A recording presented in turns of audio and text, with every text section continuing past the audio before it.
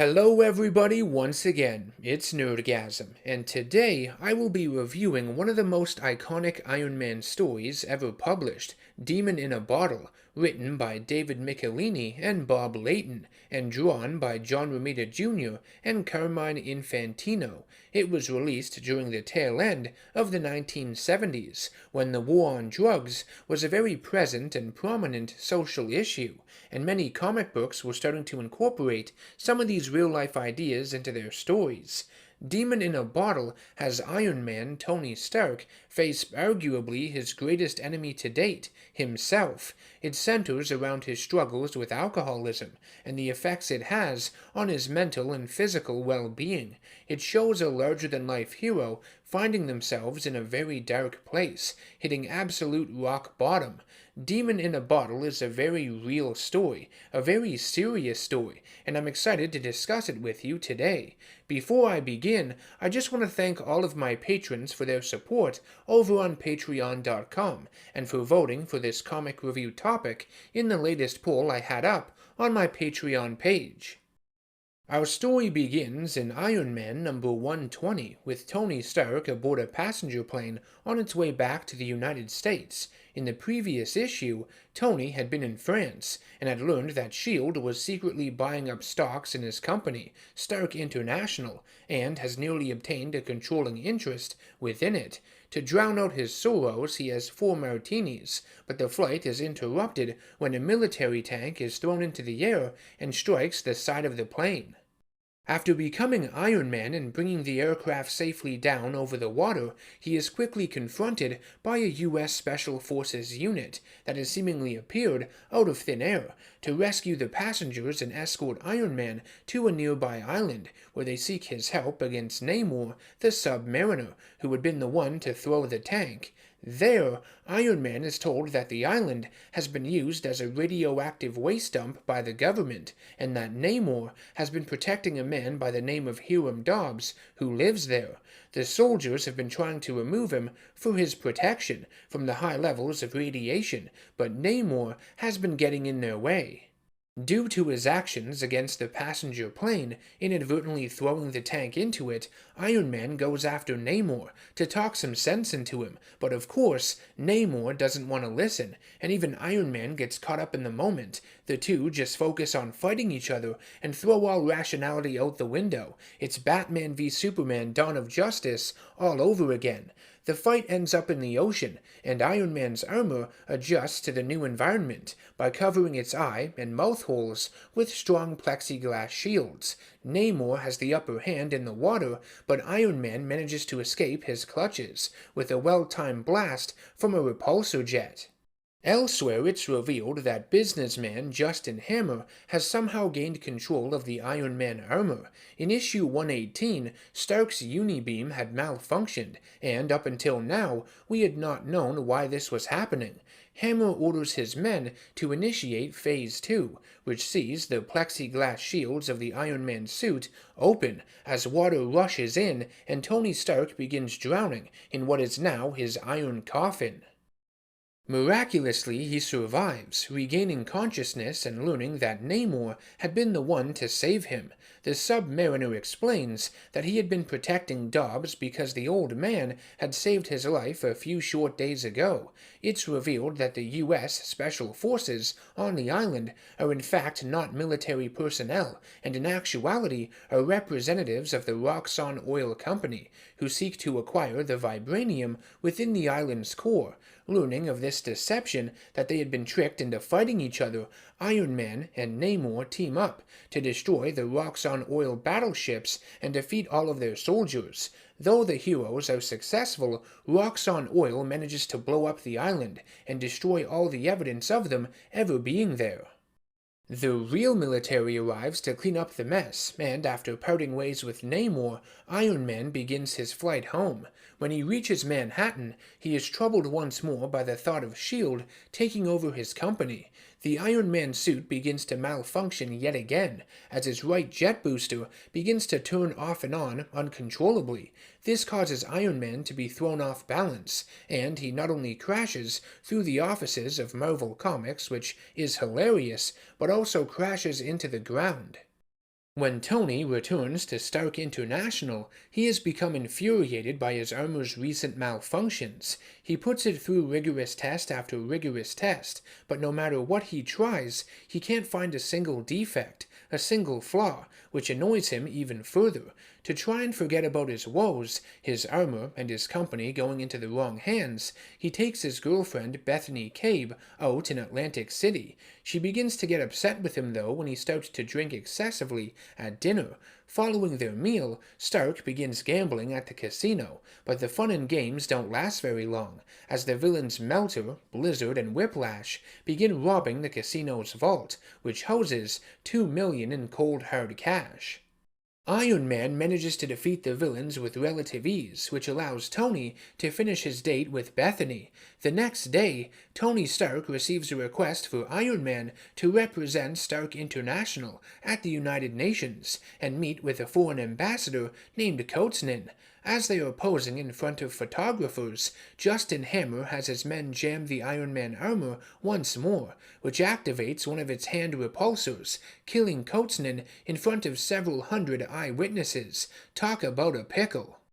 Iron Man is left shaken, emotionally devastated after killing the ambassador, knowing that his armor, his creation, has failed him, that he failed finding out what was wrong with it, which could have prevented this entire ordeal. Having just killed someone, the police move in to arrest Iron Man, but he pleads with them, saying that his armor has been malfunctioning, and the only way for him to find out what the cause of it really is if they let him go free. The police agree to do so for two reasons. One, he has never lied to them before, and two, even if they wanted to bring him in, they wouldn't be able to match his firepower if he put up a fight. In exchange for his bodyguard's freedom, because remember, Iron Man was still Tony's bodyguard at this point in the comics, his identity was not known to the public yet, Tony Stark also surrenders the Iron Man armor to the mayor at City Hall. He also agrees to cooperate in any investigations that are made. Following all of this, Tony becomes very bitter to those around him. With the death of the ambassador, his recent suit malfunctions, and the fact that he is losing control of his company while weighing down on his mind, he stops sleeping and turns to alcohol to drown out his sorrows. He's a complete wreck and begins to hate Iron Man just as much as he needs him. Somehow, Tony manages to clean himself up long enough to visit the Avengers mansion and get Captain America to train him in hand-to-hand combat. He knows that if he is to investigate the mysterious circumstances behind his armor malfunctions, then he will need to do it without his armor. He will have to be able to defend himself as Tony Stark. Remembering the name Hammer being uttered during his fight with Whiplash, Tony enlists the aid of Scott Lang to find out more information about Whiplash's boss. As Ant-Man, he goes to Rikers Island prison and forces the information out of him. Tony, accompanied by James Rhodes, fly to Monaco in order to pursue this lead on Hammer, where they are attacked by a group of masked men, and Stark is able to try out some of the new moves taught to him by Captain America. Tony and Rhodey manage to escape in a jeep, but they are confronted by even more masked soldiers that emerge from the ocean, who knock both Stark and Rhodes unconscious and drag Tony away to meet their boss. Stark awakens to find himself face to face with Justin Hammer in Hammer's mansion compound, who reveals that his company, Hammer Industries, is Stark International's primary competitor. Though Tony had never heard of him before, Hammer is one of the most powerful men in the business world, second only to Stark himself. He uses his vast resources and influence to make sure that his business dealings avoid any official attention, as he puts it. He also explains that his company had lost a very profitable bid to Stark International recently, which is why he has been going after Stark's bodyguard Iron Man. His men are also trying to open the briefcase Tony had on him, which houses a spare Iron Man armor, believing it may contain something of use within it. Using a state-of-the-art computer that utilizes a hypersonic scanning technique to bypass the protective refractory coating of Iron Man's armor, Hammer has been able to control it, causing these so-called malfunctions. Tony attempts to make his escape from Hammer's compound and attacks several of his guards, But as he begins climbing over the outer wall, he realizes that the entire villa is one massive floating island. Stark is taken to a furnished cell and notices that the liquor cabinet is empty. When he asks the guard to get him some booze, he refuses, saying that his boss wants him sober and knows about his recent alcohol abuse, just have the water instead. After hearing a crash, the guard enters the room to find Tony sitting on the couch with a broken lamp in hand and a trail of spilled water leading up to the guard's feet. Tony electrocutes the poor bastard. The comic tries to explain that the shock is non-lethal, that the current in the house wouldn't be strong enough to kill the man, but I call bullshit. How would Tony know that? That fucker's dead. Tony watches a helicopter land on the island, housing Whiplash, Blizzard, and the Melter, who Hammer had bailed out of Riker's prison. He reaches the control room he had been in earlier, after knocking out several more of Hammer's henchmen, and has access to his briefcase, housing his spare Iron Man armor. He also plants several explosives that destroy the computer which has been controlling his suit. Hearing the explosion, Hammer calls upon his army of supervillains he had waiting in the wings on his island, consisting of the likes of Beetle, Porcupine, Constrictor, Discus, Leapfrog, Stiletto, Mankiller, Spymaster, and Water Wizard. Stark manages to put on his Model 4 armor just in time, and promises to not only repair his employer's reputation, but rip all of these 2-bit supervillains, and Hammer himself, several new assholes. Though they tried desperately to put up a fight, none of these lesser-known supervillains, calling themselves the Super Army, stand a chance against the might of the Iron Man armor. Our hero makes quick work of them, as their boss, Justin Hammer, watches on. The island villa is then surrounded by the Monaco police, and Justin Hammer prepares for his escape. The island lifts itself out of the water with jet-powered air, but Iron Man has none of it, flying through the structure and breaking it into 2 separate pieces. He also saves Justin Hammer's aide, Philip Barnett, who had been the one to design the machine that took control of Iron Man's armor, and he agrees to testify against his boss in court. Iron Man is acquitted of all murder charges in light of the evidence, and his original impounded armor is returned to him by the mayor.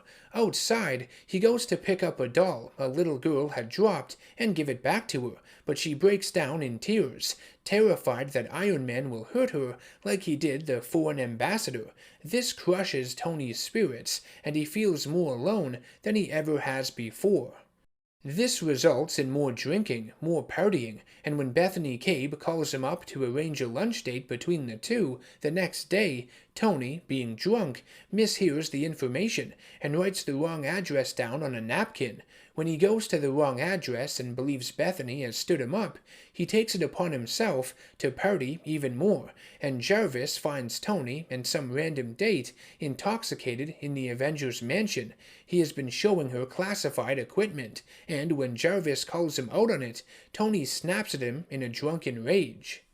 The next morning, Tony wakes up in his office, having passed out at his desk the night before. Jarvis enters and gives in his resignation, not wanting to be an irritant in Tony's life anymore.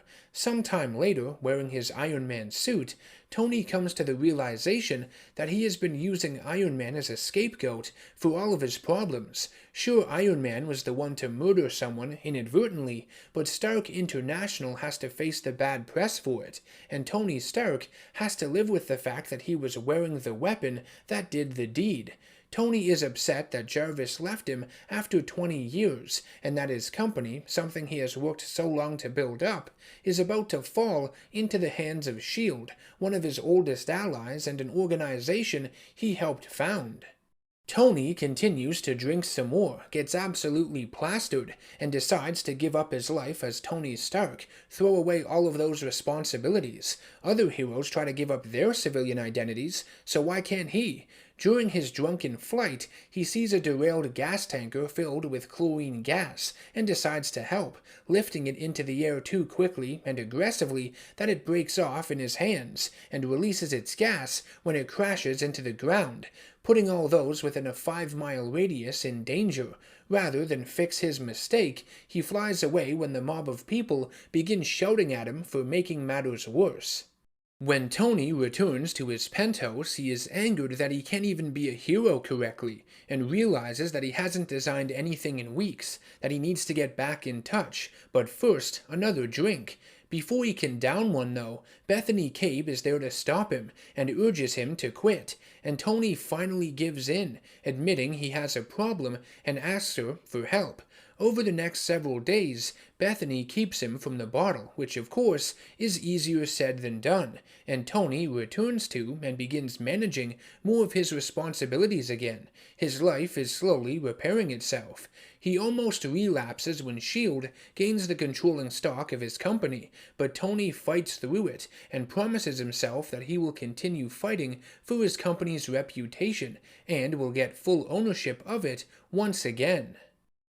So that's Demon in a Bottle. It's not my favorite Iron Man story. I think I would still prefer more fantastical ones, such as Doom Quest, for example, but it does have a lot of weight to it. It has a lot to discuss with its narrative and themes. Some fans I have conversed with online don't like when superhero characters are given realistic issues, have to deal with real-life problems, and I guess I can see where some of these people are coming from. You read these stories, you watch these movies to escape. You don't want to be shown some of this negative stuff you may or may not see every day in your own life, or on the news, or online, what have you, and you might not want to see these larger-than-life heroes show weakness. You might find these stories to be more effective if they are portrayed in a stronger light all of the time.